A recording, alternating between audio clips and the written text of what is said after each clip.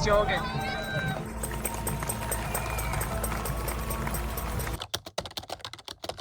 So I just finished up a little jog. Today is Friday, the race is on Sunday. We flew to Berlin yesterday, easy travel, nice currywurst for dinner. Now I'm going to just do a session. The last session, like 48 hours out from the race. It's 4 by 3 minutes at threshold. I did this before Valencia. If anyone watched that video, they'll maybe remember. I wasn't even able to hit marathon pace in these 3-minute reps and it felt terrible. So no matter how this goes, like I can't see it going any worse than that. The thing is, I never like to just jog around for the week of the race. I like to keep the legs moving, keep the body moving. Make sure it knows that we're not on a break, we're not on holiday mode just yet. We're actually ready to do something on Sunday. And that's what we're doing here. 12 minutes of work. It should feel comfortable. That will be the plan. Didn't go to plan like that last year, but should be good. Let's get started with the first run in Berlin since last year when we were here on holiday. Ollie seems to be struggling with the heat already. This is like the coolest day, but I'm feeling good so far, so that's a positive sign. Muggy, it is very muggy. I think warming up at 8-minute miles in the Pro 4s was probably very helpful. Couple of strides, 2 by 20 seconds, and then we'll bang out 4 by 3 minutes threshold with a minute jog recovery, and it'll be smashing.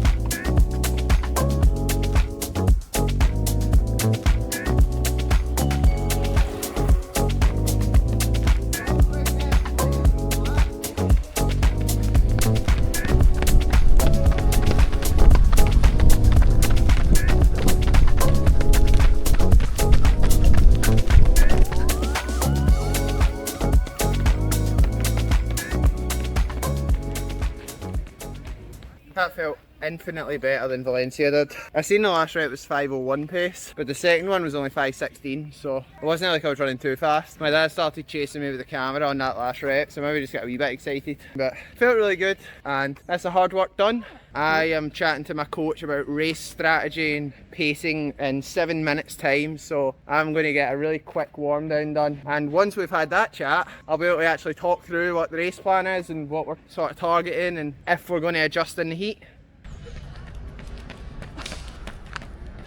Ain't to say. Look at all that sweat. Woo! Oh, now you're sweating. It's definitely humid. Turn on your back. But we'll be fine. We'll be fine, won't we? Of course, well, the race will be finished for this time. 12 minutes of work has got me sweating this much. Just feel like my history of cramp. And like, that's not brilliant. So let's discuss pace then. Okay, I'm ready. Right, I'm ready as well.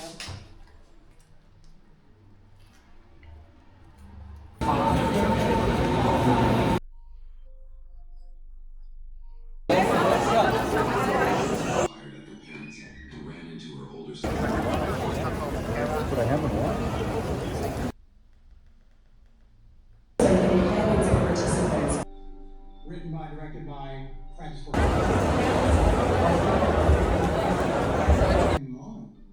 And I said, well, I gotta go. Oh, you have to be in it. Oh, that's right. That was better.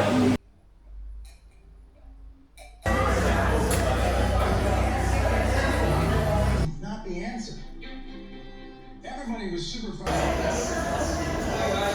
Well, I mean, they are, yeah. They actually. Right, I'm gonna go right there. I've finally moved from my one position on the couch after 6.5 hours. Met up with Holly because we're at the Elite Hotel to get my vest and my shoes checked and also to get my number. Very excited to see if we can spot anyone who's significantly faster than me. I think I already have.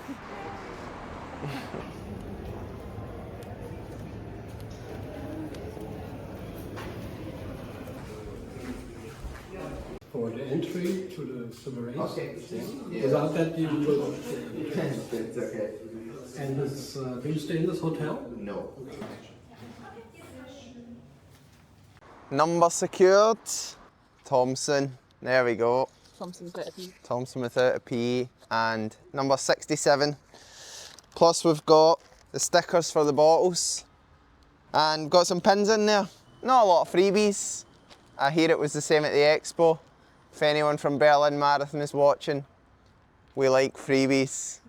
It's 1 point to London so far, and Valencia. Come on Berlin, step up your game.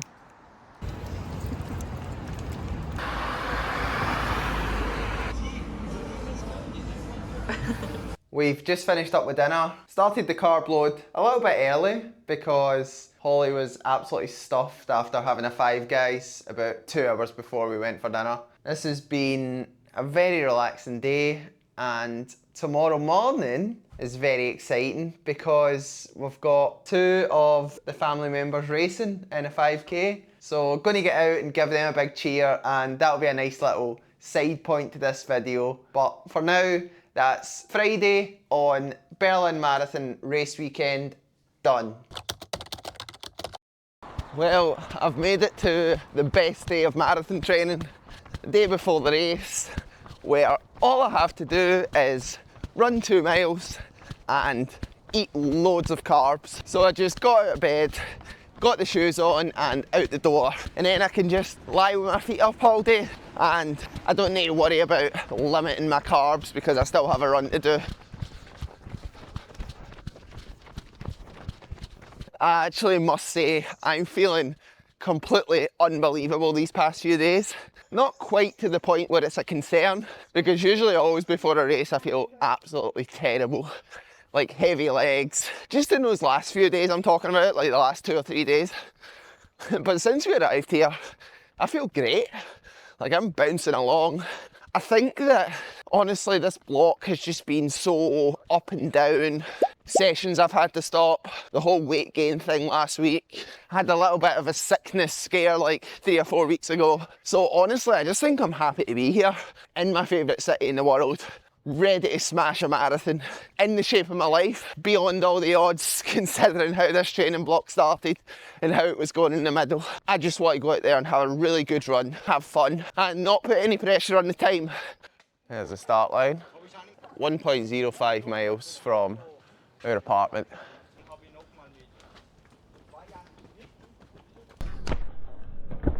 Just finished up with 2 miles, felt absolutely unreal. That's probably the best I've felt in a run in any time that I can remember. So hopefully feel like that tomorrow. Heat didn't seem to be a factor at all. It doesn't feel that hot.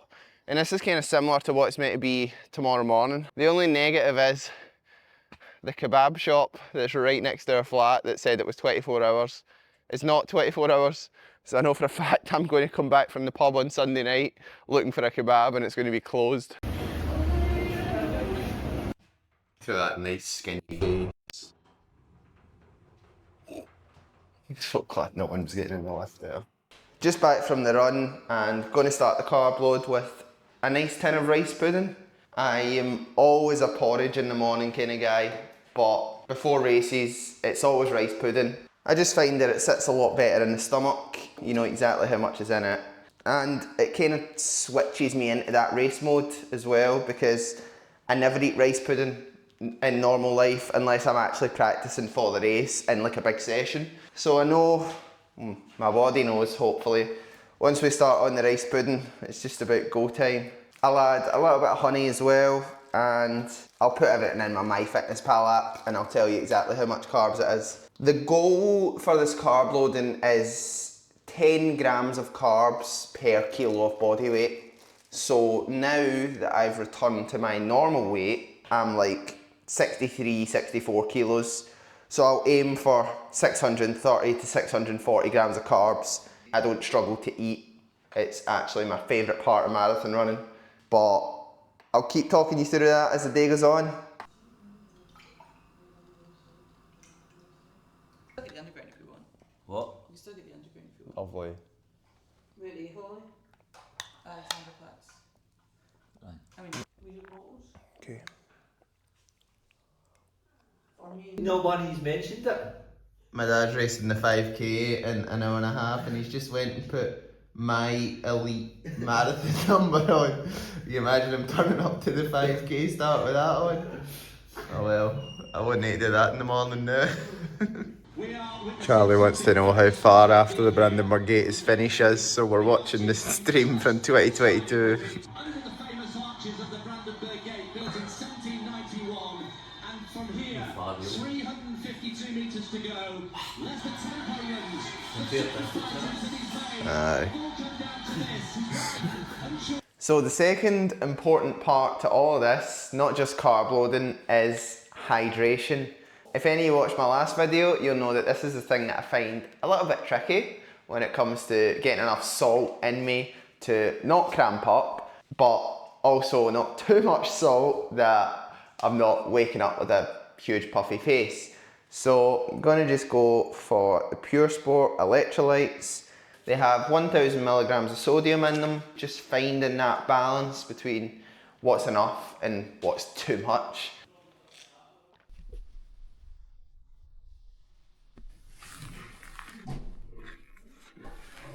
All set for the big race today. Never mind the marathon tomorrow. Today is the 5k. That's one of the, in case you were wondering. So it's race morning here in Berlin. We've got the big 5k showdown in about 45 minutes time. How's everybody feeling? I feel very good, yes. Yeah, good sleep. Lots of energy. I'm looking forward to getting rid of. Does everybody have a race plan? I think I know yours, Holly, so I think I'll start with you. Well, I think it's time that I got paced for a race. So I've decided that this time I'm going to go out and sit on Charlie. He is quite good at pacing. He used me that time at Strathclyde Park Run and he knows it. So it's time that I think he does a bit of the hard work. And does that change your race plan at all if you have a race plan? Not at all, not at all. I'll take it nice and steady and relax the first 1 or 2k and then I'll start winding it up. And if Holly's good enough to hold on to me, good luck to her.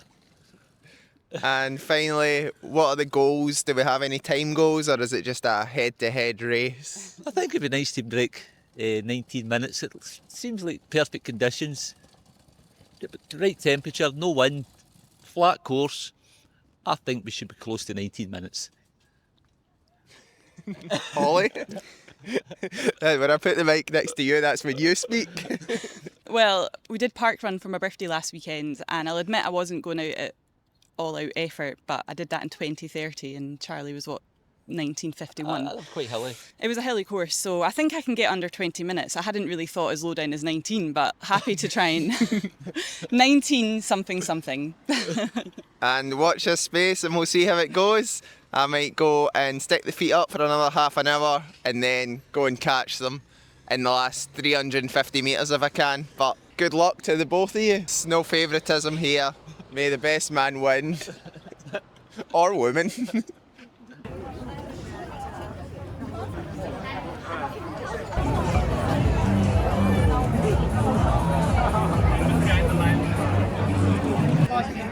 How was that?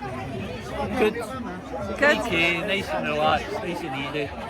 Let's go, ready to race. What about you, Holly? Just kind of warm, but it's nice and flat. This is my leg. I Right. think it could have been worse. I think the buildings shield the sun. I don't know if you can see this in the camera, but look at that. That's the Brandenburg Gate. I'm about 200 metres from the finish of the, well, just under 352 metres from the finish of the 5k. I'm sorry I took a point off Berlin for no freebies at the expo. This is good vibes. I'm happy about this.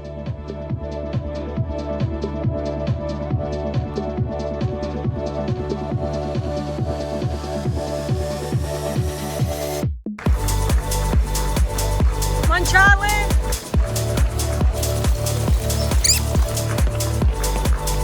That's it, Holly. Come on, Holly. Come on, Charlie. Oh, Charlie! Come on, Charlie.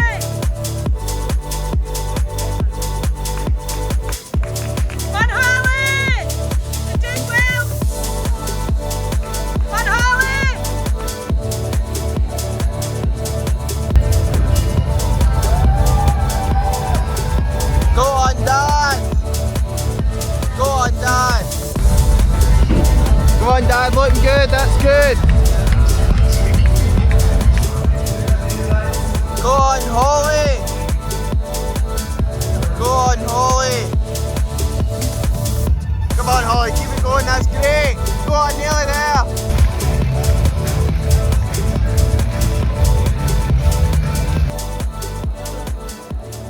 How did that go? Seemed to go okay for me, yes. Quite pleased. I think I was sub 19. We'll take that. But I felt quite good right from the start.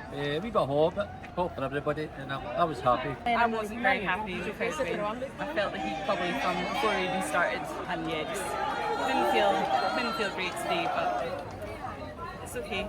Charlie refused to pace me. He got 50 metres on me in the first 100 metres. Maybe shouldn't have told him my plan, but it was good fun. It was, how often do you get to run the last part of the marathon course?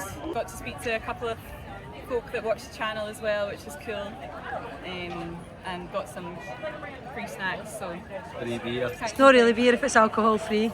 Alcohol-free beer. The first race of the weekend is done. Unfortunately, there's still a bit of a fitness discrepancy, so it's going to be a comeback story for Holly when she finally beats my dad at a park run. I have been out of the flat for about an hour, so I'm definitely just going to go back and lie on the couch for the rest of the day. And once I get back, I'm going to eat this Morton Solid Bar, 40 grams of carbs, little snack between breakfast and lunch.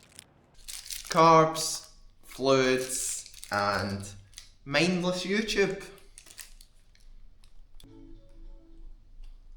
It's 12:45, which can only mean one thing, and that is lunchtime. I've once again went for poached eggs, same lunch as yesterday, and for the same reason that I have the rice pudding, it's easy to control, you know exactly what you're getting. 4 eggs, 3 bits of toast with some butter. And I'll wash all that down with a Morton 320, which will be an extra 79 grams of carbs. That's what happens. You have to be proven in the system, and so there's a whole background check and all this stuff that allows you to be in the system. So when you scan the barcode, it shows up there. The other thing that sound like it would present its own rhythm that I could just. So the sound didn't pick up here, but what I'm probably saying is that I've switched up my Pure Sport electrolytes for Precision Fuel electrolytes. 750 milligrams of sodium this time instead of the 1000 that comes with the Pure Sport.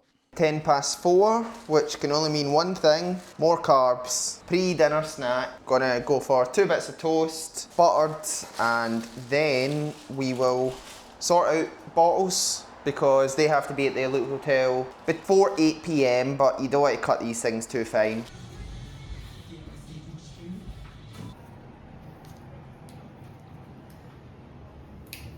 So this is how the Elite bottles work. So you get these stickers that tell you what distance that bottle is going to be on. So for me, for example, I'm going to put Morton in some of my bottles and Pure Sport in some other bottles. So I want to know where I'm putting them. I don't want all the Morton to be at the end or all the Pure Sport to be at the start, for example. So this is just a good way to make sure all the things that you want are at the right part of the race. So we'll fill these up, we will design them so that I can't miss them, and then we'll stick these stickers on them and hand them in to the Elite Hotel, and the next time I see them will be on the course. There we go, look at that, can't miss that. Not as easy as you would expect, this whole Elite business. Look at that. So I am half making this up as I go along, but I'm going to make the Morton up in this. We've got Volvic, which has less than 40 milligrams of calcium per litre. I don't know why that is, but it says it on the bottle, so I feel like it must be important. Fill up to the line. 1 sachet of 320 drink mix, which has 79 grams of carbs, and I will split this over 2 of these bottles. 4 drink mixes, 8 stations is, Holly, quick maths, 320 grams of carbs, which is far too many carbs for anyone, but it's better to have too many and not need them.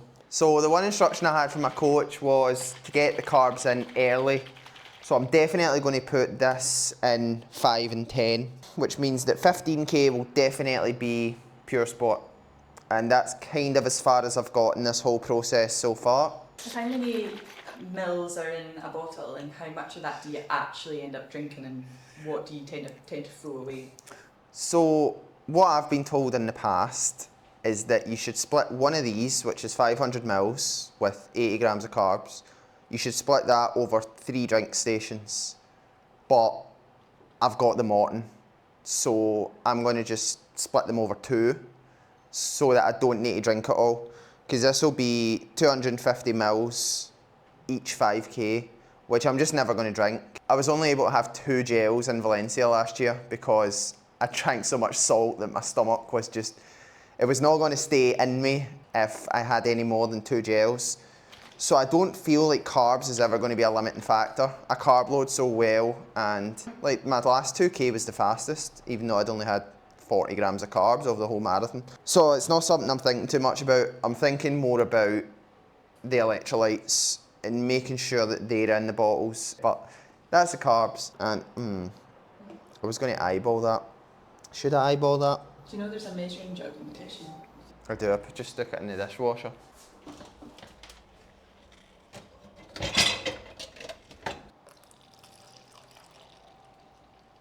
Got Morton 5, 9, 17, 22, 27 and a half, 30, 35.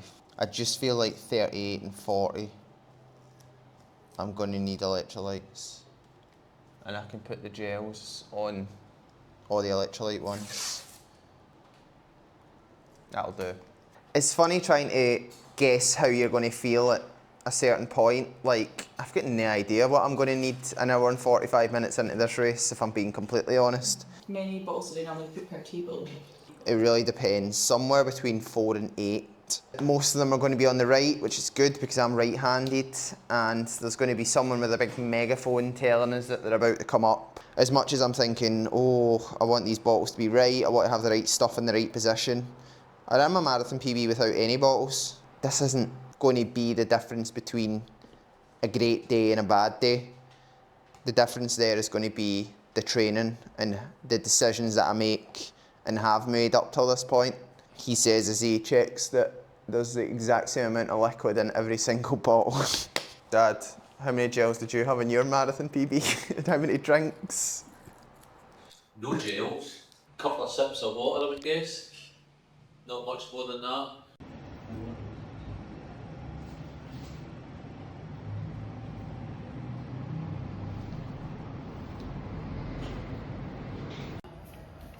Is it time to get excited? This is what your son does to you when he's running a marathon the next day. He stresses you out that you need a drink, a big German beer. Holly, you just said it's time to get excited. So this is what happens when plates are made for normal people and not marathon runners. Spaghetti plus a frying pan of mince. Of course, I've got a baguette for extra carbs, and going to wash it all down with Morton 320 drink mix. And then we'll definitely need to eat some more later on tonight. More than anybody else, you know, a cigar's been there.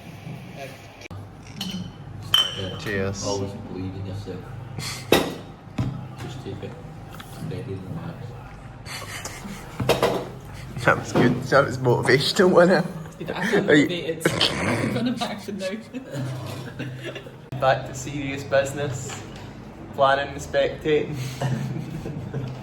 6th day in a row of Beat It. Day 6 of 6. Oh, miss it. It's lovely.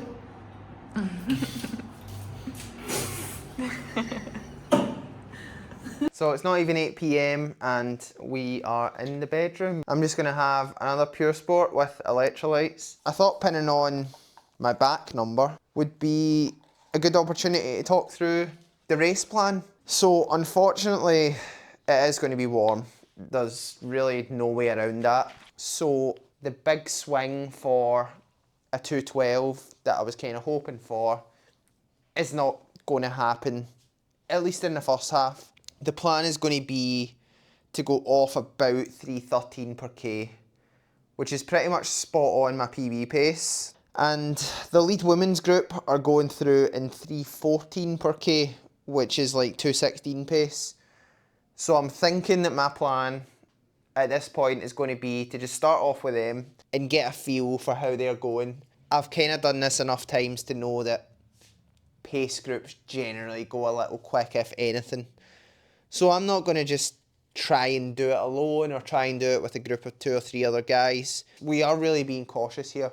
Like, the plan was going to be 3:10s, then at the fastest 3:08s. So it should feel good. It should feel comfortable, the pace, and it's just going to be the temperature. But I'm really confident that I can smash that second half. Every session I do, no matter how hard it is, the second half is always faster than the first. And I've never done that in a marathon. I've always slowed in the second half. So I would just love to be able to run a negative split in a marathon. I think there's going to be a few casualties out there. Me, in the past, I would have been like, no, this is my goal. I want to run 2:12. I'm going to just go for that. But I don't think that's the way to play this. And if I can have a better day than 90% of the people out there, if that ends up being a 2:17, it's kind of is what it is.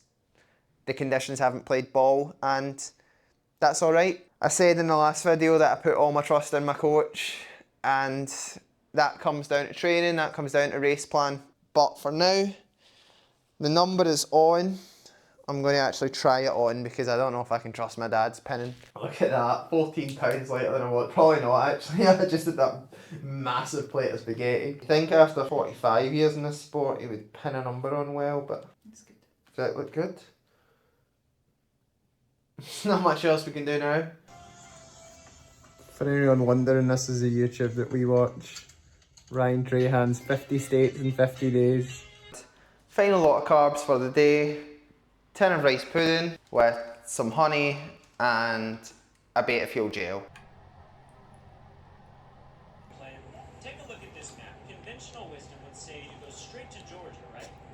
Wrong. I'm a freak. We're not going. Good morning. It is marathon race day and everyone else is still asleep, so I have to whisper a little bit. But it's just gone 6 AM. I had a 6 o'clock alarm and gonna have breakfast.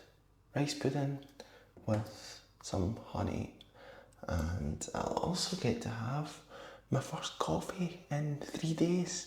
Not had a coffee since we arrived here, and so my last coffee was on Wednesday. I'm usually a 3 coffee a day man, but if I get off that a few days before the race, I find that I sleep better. I hopefully get a little extra bit of boost from the caffeine. Don't know if I do, but anything that's going to help. So the race starts at 9:15, so this is like 3 hours before that we're having this breakfast. And I won't really eat again before the race. I'll have a Morton drink mix just to sip on, and then I'll have a caffeine gel 10 minutes before the start. But in terms of actual solid food, this is pretty much it. I'm still gonna have spaghetti in me. I feel like it's like 12. It took me a little while to get off. Someone was like completely blaring music at max volume at like 10:30. But let's see what the actual watch says, because everyone knows that's the most important thing. How did your watch think you slept? Oh, there we go. Great. Minimum heart rate of 39. Anything under 40 for me ever is an absolute great sign. I do feel recovered, to be fair, even though it's 6 AM, I feel ready to get going. So, glad the watch agrees. 3 hours before the race, time for my Nomio.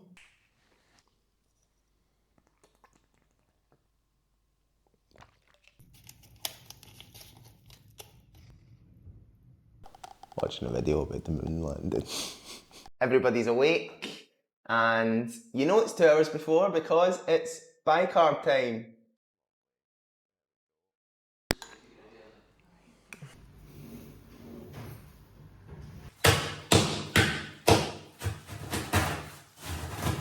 Alright, well, time to go. Any final advice, Dad? I would just go and enjoy it. Just stick to the plan. Don't do anything heroics and enjoy it. Good advice, good advice. Let's go.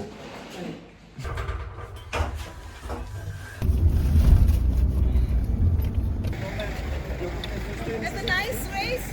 Thank you. It's my competition done now. Already a way ahead. So I am actually on the elite start. That's why I'm walking down the first 400 metres of the race right now to the elite tent. I'm starting to feel a little bit of nerves, but we're good. Once I get in and everything's all sorted, I'll be good to go. But I seem to be walking behind some very fast runners, so I'm definitely on the right track. I got some suspicious looks there going through the gates. Clearly I don't quite look like an elite yet, but lucky I've got this wristband.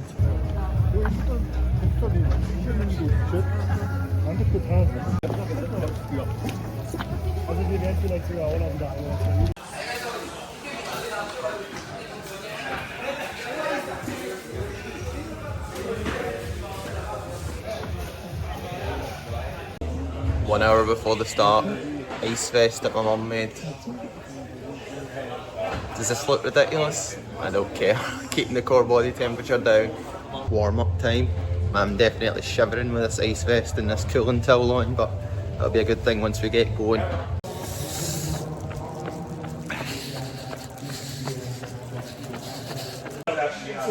Warm up done, feeling good. 10-minute jog, now just going to do some drills and 2 by 20 second strides, and that'll be it. But I'm going to shut up now because it's time to get going and execute the plan, but see you guys on the other side. So Charlie and I are running towards the roughly 2k mark just now.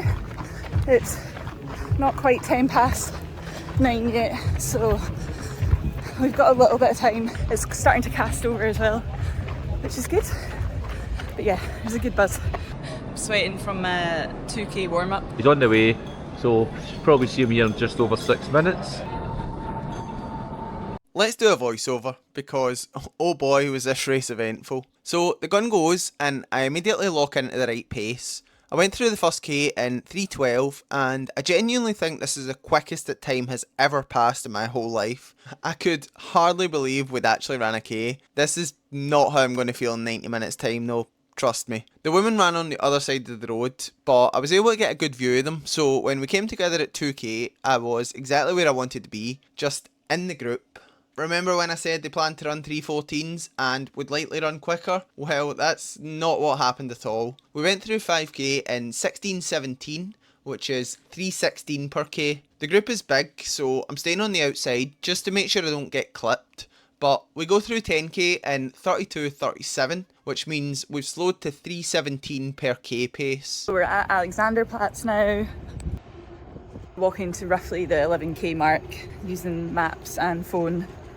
Charlie's not really using anything, but we're getting there. Because I was running with the leading woman, there was a lead car, which every 500 metres would flash up our predicted finish time, and every 1k would flash up our previous k, so I knew we were slow. And this is now like 10 seconds per k slower than what I was training for, and it felt it. So at 13k, I looked up to see if there were any groups ahead of me, and there was literally nobody in sight. I didn't fancy doing this solo, so I just accepted that the time was gone and that I wasn't going to do anything about it until 30k. So we've just seen him at 11k and he gave us a thumbs up. So we'll take that as a good sign. We're having to run just now because we're wanting to get to 19k, which is about 4.5k from here, and obviously 8k from where Ryan is just now. So yeah, can we race his 8k for 4.5k? I'm not sure, but yeah, let's see how we get on. Coming up on 20k though, things started to feel like they may not quite go as expected. I was getting very tiny twinges of cramp and my stomach was already in a very bad way. I wasn't too worried about the stomach. I can run through stomach pain if I have to, and I did for almost all of my PB in Valencia last year, but I know the cramp is a different story, so I definitely have my concerns. The halfway split is 69.07, which is not exactly the 67.50 that was advertised, but at this point, I'm just hoping that I can hold off the cramps. Negative split, and try to win my group. The cramp doesn't get too much worse through to 25k. I can definitely run through it, but it's coming, and when I go to grab my bottle at 25k, I get a pretty big twinge in my calf and quite quickly start to move back in the group. It's not too bad though, and I spend the next 2k drinking my electrolytes that I gave myself cramp getting hold of. My stomach is absolutely hating this, but I have no issue with following through if it means keeping this marathon train on the tracks. Would you believe that after the entire 1000 milligrams of sodium, I start to think it might be working. So I'm gradually able to claw my way back towards the lead woman, and then at just over 27k, we hit this corner right here, and oh no, my calf completely seizes up and I can't put any reasonable amount of weight on it for this whole little straight, which according to my online mapping skills is 110 metres long. Now, I spent this entire 110 metres completely convinced that I was going to have to drop out. However, it eventually releases and I can get back to running at a reasonable pace until it happens again. This time just before 30k, and at this point I am like done. Half of me is thinking this is completely pointless and I don't want to suffer for another 12k, and half of me is thinking I really want to run under the Brandenburg Gate, and any time, even if it's miles outside my goal, is infinitely better than a DNF. I haven't forgotten about the stomach issues, by the way, and I decide just after 30k that I need some kind of compromise. If I'm going to finish, I'm certainly not going to do it with brown legs, so I hop into the Portaloo. This isn't a quick stop. As I said, I'm completely over this crap. I'd probably have went on Instagram if I had my phone with me, but I didn't. So 44 seconds later, I was back on the road. At 32k, I see my dad and Holly. Told them about the cramp, and Holly let me know that it was okay. It's okay, come on, you're doing brilliant! And it was okay for 5 seconds until I cramped again. This cramp didn't last anywhere near as long as the first two though. Was this a sign of improvements to come? Surprisingly, based on how everything else has gone in this race, it was. The lead German woman passed me at about 33k, and after 400 metres, she was still only a few metres ahead of me. I remember in my head thinking, am I moving again? I might be moving again. Do I have cramp? Doesn't feel like it. How's my stomach? Fine actually. I haven't drank anything for like 45 minutes. I was now seeing a different lead car ahead of me, which was predicting her finish time as 2:21.50, and I was completely shocked at how fast that was. So I decided to just try and hang on to her for as long as I could, fully expecting to be back in the gutter in 2k, but at least within touching distance of the finish this time. And somehow, would you believe, I started to feel good. By 35k, I was 2 seconds ahead of the lead German and moving forward a lot quicker than anyone else. I don't know how, but this was honestly a highlight of my running career. I went from 60th to 46th between 35k and 40k, and I was bloody loving it. Literally, look at my legs, that's blood from all the chafing.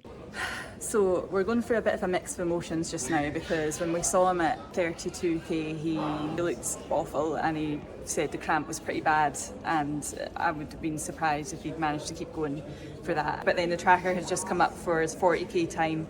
It was around about, I think it was like 2:15, and he looks as if he's managed to pick it up again somehow. His 5k up till 35k was 3:40 pace, and then between 35k and 40 pace he's somehow managed to be running 3:20s, yeah, which is I'm surprised. Yeah, if you go into the leaderboard we can watch him, but it looks as if he's just got about 500 or 600 metres to go. And he's at 2:19 now. Take that, the way I saw him in 32k, he looked terrible.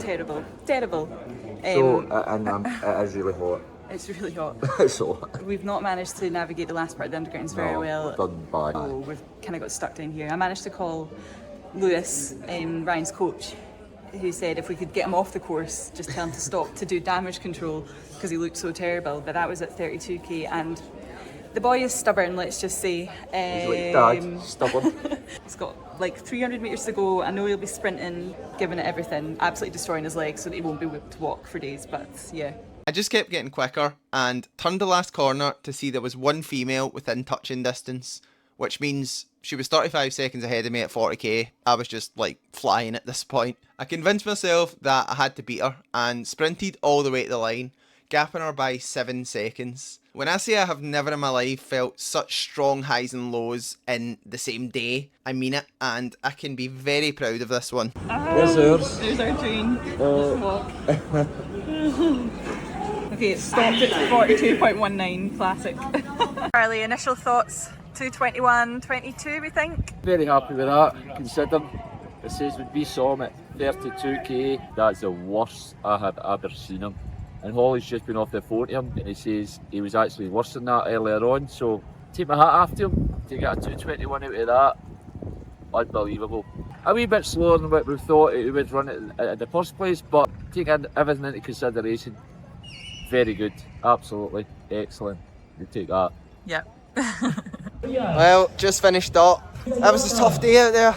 3 lots of cramp that just couldn't put any weight on my calf. I didn't feel like the heat was affecting me at all. Like, really did not think ever that it was too hot. But I just chatted to my coach and he was like, yeah, the stomach issues are probably from the heat. And the cramp is obviously from the heat. So even though you don't feel like it's too hot and you don't feel like that's the reason you're slowing down, it's probably affecting you a lot more than you think. But I'm happy as can be with my 3rd or 4th fastest marathon ever. A lot more positives to be taken from that. I don't know how anyone else ran yet. I just wanted to run better than most of the field, and I think that last 8k might have just about salvaged that for me. But yeah, it's going to be a painful night for the old chub rub, but what can you do? It's the marathon, innit? I'm going to go and definitely get myself a beer. But another marathon done, Berlin marathon finisher. An unbelievable day and just grateful to be able to do this. Just in case this is the outro, I should say thank you everyone for the support in this vlog. Thank you for watching this video. If you enjoyed it and you want to see what's next, subscribe and I'll see you next week. Cheers. The marathon is full. The marathon, eh?